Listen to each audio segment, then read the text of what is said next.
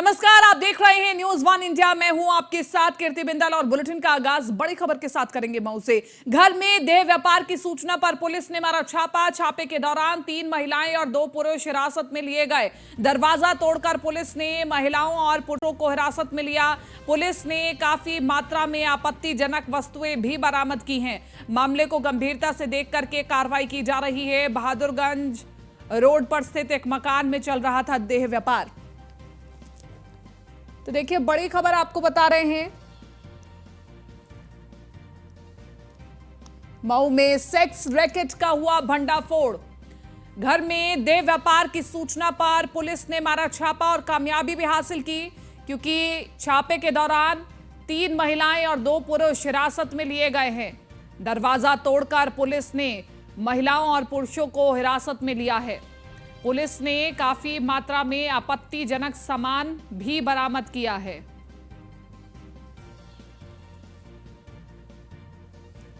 Bahadurganj road पर स्थित एक मकान में चल रहा था देह व्यापार।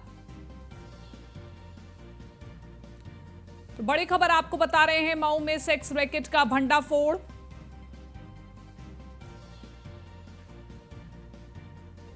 दरवाजा तोड़कर पुलिस ने महिलाओं को पुरुषों को हिरासत में लिया। पुलिस ने काफी मात्रा में आपत्तिजनक वस्तुएं भी बरामद की हैं।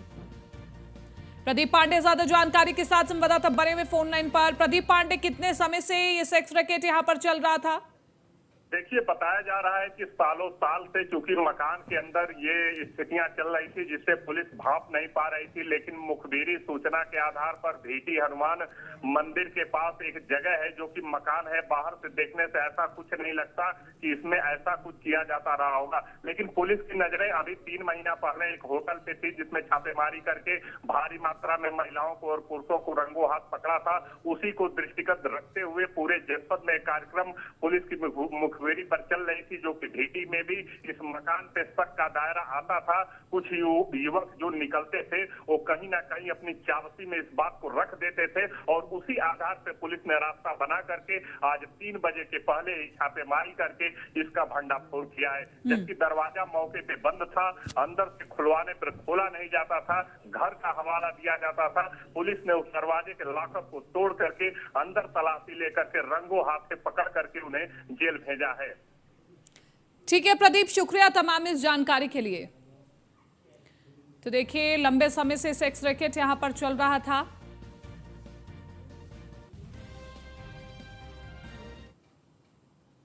जालौन से अगली खबर आपको बता दें। तहसील भवन की बिल्डिंग पर चढ़कर के युवक का हंगामा। एसडीएम और तहसील कर्मचारियों की कार्यशैली से नाखुश थे। काम न होने से नाराज युवक ने जहर खाने का प्रयास किया। तहसील में एसडीएम द्वारा नहीं सुनी जा रही है फरियाद। पीड़ित युवक कई बार अधिकारियों के लगा चुका है चक्कर। जालौन के माधोगढ़ तहसील इलाके का पूरा मामला है। तो देखिए, बड़ी खबर, तहसील भवन में युवक का ये हाई वोल्टेज ड्रामा। देखिए, एसडीएम और तहसील कर्मचारियों से नाखुश था ये कर्मचारी और उसके बाद आत्महत्या करने का प्रयास किया गया। काम ना होने से नाराज युवक ने जहर खाने का भी प्रयास किया, अपनी जीवन लीला भी समाप्त करने की कोशिश की।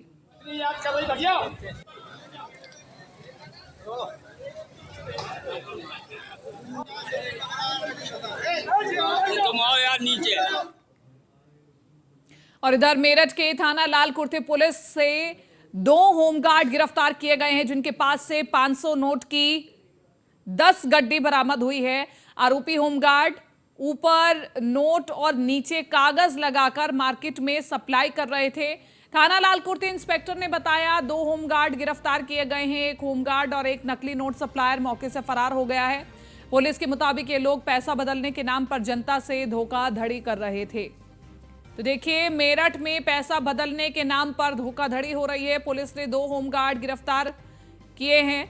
एक होमगार्ड और एक सप्लायर मौके से फरार बताया जा रहा है।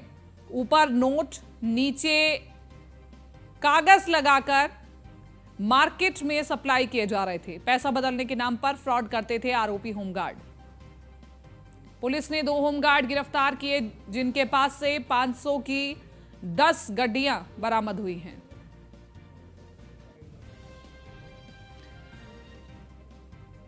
तो देखिए, मेरठ में पैसा बदलने के नाम पर धोखाधड़ी की जा रही है। पैसा बदलने के नाम पर फ्रॉड करते थे आरोपी होमगार्ड। चूंकि अब सभी को तारीख नजदीक आते ही 2000 के नोट बदलवाने के लिए मार्केट में काम शुरू हो चुका है। ऐसे में धोखाधड़ी के चांसेस बढ़ गए हैं।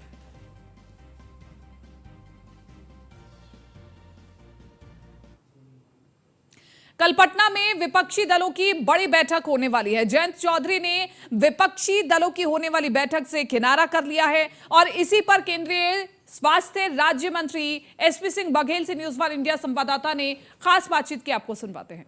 2024 लोकसभा चुनाव से पहले विपक्ष को एक मंच पर लाने की कवायद तेज है। कल बिहार के पटना में एक बड़ी बैठक है और इस दौरान विपक्ष अपने राजनीतिक बिगड़ते स्वास्थ्य को बेहतर करने की कोशिश करेगा। हमारे साथ बातचीत करने के लिए स्वास्थ्य राज्य मंत्री एसपी सिंह बघेल जी हैं। चलकर एक बड़ी बैठक बुलाई गई है। पहले भी इस तरीके की कवायद ममता बनर्जी कर चुकी हैं, हालांकि उस समय विपक्ष को सफलता नहीं मिली। इस बैठक को आप किस तरीके से देखते हैं, क्योंकि जयंत चौधरी ने इस बैठक से किनारा किया है, हालांकि पारिवारिक कार्यक्रम का उन्होंने हवाला देते हुए। जयंत चौधरी जो स्वयं का 2 बार चुनाव अपनी मनोवांछित लोकसभा, जिसको कहते हैं बागपत, मुजफ्फरनगर, मथुरा, उन पर पिता और पुत्र दोनों 2-2 बार 14 और 19 का चुनाव हार गए हैं। अगर वो पंचायत करेंगे तो सोच लो कि उस पंचायत का असर क्या होगा। नंबर 2 बात, मोदी जी की लोकप्रियता से घबरा कर, जैसे एक बाढ़ आती है, सैलाब आता है, तो जान बचाने के लिए लोग पेड़ पे चढ़ते हैं और एक दूसरे के घोर विरोधी एक दूसरे को उस समय नुकसान नहीं पहुंचाते हैं और बाढ़ के उतरने का इंतज़ार करते हैं। तो सांप और नेवला पेड़ पे होते हैं, चूहा और सांप पेड़ पर होता है, पक्षी और रेप्टाइल्स, पक्षी और उनको भक्षण करने वाले लोग होते हैं, बाज भी होता है, गौरैया भी होती है। सोचते हैं बस ये बाढ़ निकले और अपने अपने रास्ते पर निकलें, फिर एक दूसरे को डसने का काम करें। तो ये मोदी जी की लोकप्रियता का जो तूफान, सुनामी, आंधी और बाढ़ आ रही है, उसकी वजह से ये विपक्ष एकता बनाने का प्रयास हो रहा है। लेकिन जब नेतृत्व नीति विहीन, सिद्धांत विहीन, कार्यक्रम विहीन जब गठबंधन होता है तो उनका वही असर होता है जो 1977 की जनता पार्टी 27 महीने बाद सरकार चली गई। वही अवसर होता है जो 1989 में बीपी सिंह और चंद्रशेखर साहब की सरकार 16 महीने चल के विपक्षी एकता बिखर गई। आरजेडी उपाध्यक्ष हैं सर शिवानंद तिवारी, उन्होंने एक बयान दिया है इस विपक्षी दलों की बैठक से ठीक पहले। उन्होंने कहा है कि हिंदू समाज में समानता नहीं है, बड़ा ही भेदभाव है और बीजेपी इस देश को हिंदू राष्ट्र बनाना चाहती है। बीजेपी और उसके प्रधानमंत्री नरेंद्र मोदी जी की आत्मा से निकला हुआ ये वाक्य है, सबका साथ, सबका विकास, सबका विश्वास, सबका प्रस्ताव, सबका प्रयास। तो इसी से अंदाज लगा लीजिएगा कि नरेंद्र मोदी जी के सपनों का भारत कैसा है। तो वो एक मिथ्या रूप लगा रहे हैं। विपक्षी दलों की बैठक पर मायावती जी का भी बयान आया है। उन्होंने कहा है कि दिल मिले ना मिले, हाथ मिलाते रहिए, मुंह में राम बगल में छुरी, तमाम सारे मुद्दे हैं, लेकिन विपक्षी दलों के लोग ऐसी बैठ के कर रहे हैं। मैं अपने हिसाब से बोलूं, ये दिल ना मिले तो हाथ भी ना मिला, बेवजह इस रस्म को ना निभा। जब दिल ना मिलते हो तो हाथ भी ना मिला, बेवजह इस रस्म को ना निभा। तो वो ठीक कह रही हैं, हिडन एजेंडा कुछ है।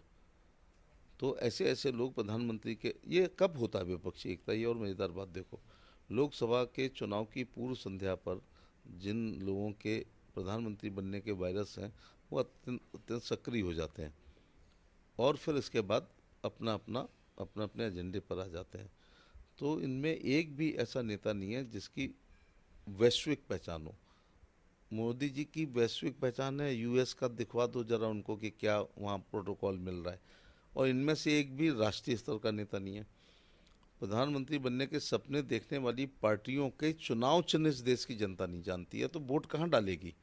दूसरा, हमारे राज्य में इनके एडमायरर भी नहीं है और इनके वोटर भी नहीं है। मैं और विश्लेषित करूं कि बिहार के यादव हमेशा मुलायम सिंह जी के एडमायरर रहे, लेकिन वोटर लालू यादव के रहे। उत्तर प्रदेश के यादव लालू यादव के एडमायरर रहे, लेकिन वोटर मुलायम सिंह यादव के रहे। ये जो 10-12 लोग सो कॉल्ड हैं, इनके तो ना एडमायरर मेरे राज्य में और ना वोटर हैं। और दिल्ली का रास्ता यूपी से होकर जाता है। इनके सारों के पोस्टर आप देख लो, शक्लें देख लो, इनके पास 10 वोट उत्तर प्रदेश में नहीं है।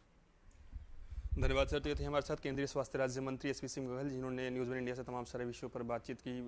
पीयूष तिवारी, नई दिल्ली। नवविवाहित जोड़ों को सीएम का आशीर्वाद। सीएम योगी के गोरखपुर दौरे का आज है तीसरा दिन और सामूहिक विवाह कार्यक्रम में सीएम योगी हुए हैं शामिल। सीएम योगी ने नवविवाहित जोड़ों को आशीर्वाद दिया। सभी नव दंपतियों को बहुत बहुत बधाई हो, ये सीएम योगी आदित्यनाथ ने कहा कि 1500 जोड़ों की शादी हुई है। आज 1500 बेटियों का विवाह संपन्न हुआ है। अब तक 2 लाख बेटियों की शादी करा चुके हैं। गरीब की बेटियां अविवाहित नहीं रहेंगी। महिला सशक्तिकरण के लिए भी हम प्रतिबद्ध है। 68 मुस्लिम जोड़े सामूहिक विवाह में शामिल हैं। बेटियों के हित में रोज नए कदम उठाए जा रहे हैं, ये मुख्यमंत्री योगी आदित्यनाथ ने कहा।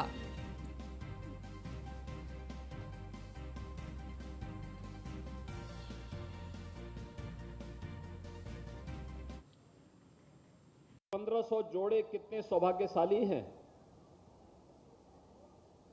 किनके शादी ब्याह के कार्यक्रम में इस पूरे मंच को आने का अवसर प्राप्त हुआ। अगर घर में कोई शादी ब्याह करता तो मेरे पास भी समय नहीं हो पाता, माननीय सांसदों के पास भी, माननीय विधायकों के पास भी, महापौर जी के पास भी समय नहीं हो पाता। व्यक्ति 1, 2, 3 क्या जा सकता है, 1500 लोगों के घर एक साथ थोड़े जा सकता। और 1500 तो एक पक्ष है, 1500 दूसरा पक्ष है, यानी 3000 लोगों के घर में एक व्यक्ति एक दिन में नहीं जा सकता। लेकिन जब सामूहिक विवाह का कार्यक्रम हुआ है तो 1500 यानी 3000 जो दोनों वर और दुल्हन दोनों पक्षों को मिलाकर के देखें तो इतने लोगों के साथ एक साथ जुड़ने का यह अवसर हम सबको प्राप्त हुआ। मुझे भी प्राप्त हुआ, हमारे दोनों सांसदों को प्राप्त हुआ, महापौर और हमारे सभी विधायकों को प्राप्त हुआ है।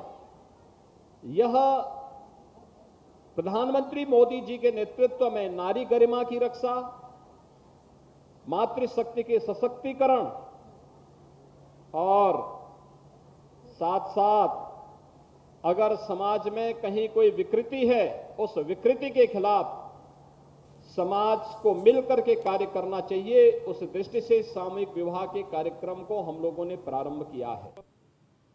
चलिए अगली खबर का रुख कर लेते हैं उन्नाव से। तालाब में डूबने से 4 बच्चों की मौत हो गई है।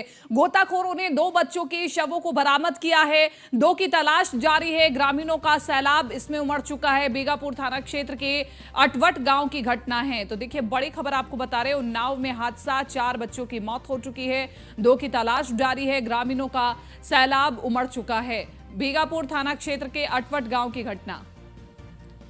नीरज द्विवेदी ज्यादा जानकारी के साथ संवाददाता बने हुए फोन लाइन पर। नीरज, कैसे 4 बच्चों की मौत हो जाती है, और दूसरा क्या जब ये इतनी छोटी उम्र के बच्चे नहाने के लिए जाते हैं तो क्या इन्हें कोई रोकता टोकता नहीं है? जी देखिए, सबसे एक अहम बात यहाँ पर यह है कि ये उन्नाव रायबरेली एक्सप्रेसवे बनाया जा रहा था, और जिसको एक्सप्रेसवे बनने के दौरान ये जो मिट्टी जेसीबी से खोदी गई है, जो मौसम बदला और पानी बरसा है, ये पानी उसी जो मिट्टी खुदाई हुई थी उसमें भर गया। क्योंकि गहराई इसकी काफी ज्यादा थी, ये 4 बच्चे वहीं पर खेल रहे थे, तो खेलते समय किस समय पानी में गिर गए ये कोई देख नहीं पाया। जब काफी देर हो गई, ग्रामीणों ने उनकी खोजबीन शुरू की तो पता चला कि 2 बच्चों के शव जो हैं वो ऊपर की तरफ आते हुए दिखाई पड़े। तो ग्रामीणों ने कूद करके 2 बच्चों के शव बरामद किए हैं। हालांकि इनमें 4 बच्चों की मौत हुई है, 2 बच्चे अभी भी नहीं मिल पाए हैं। तो लगातार जो गोताखोर हैं वो 2 बच्चों के शवों को तलाश जारी किए हैं। चूंकि 4 बच्चों की मौत हुई है, घटना काफी बड़ी है, इसको लेकर ग्रामीणों का जो है सैलाब उमड़ा हुआ है। लोग जो है एक के बाद एक सूचना सुनकर पहुंच रहे हैं। क्योंकि बीगापुर थाना क्षेत्र की जो पुलिस है वो भी मौके पर पहुंची हुई है। तो कहीं ना कहीं कहा जा सकता है कि एक्सप्रेस वे की जो खुदाई हो रही थी उसमें बड़ी लापरवाही की गई है, जिसके चलते इतना बड़ा हादसा हुआ है। जी ठीक है नीरज, शुक्रिया तमाम इस जानकारी के लिए और बातचीत के लिए।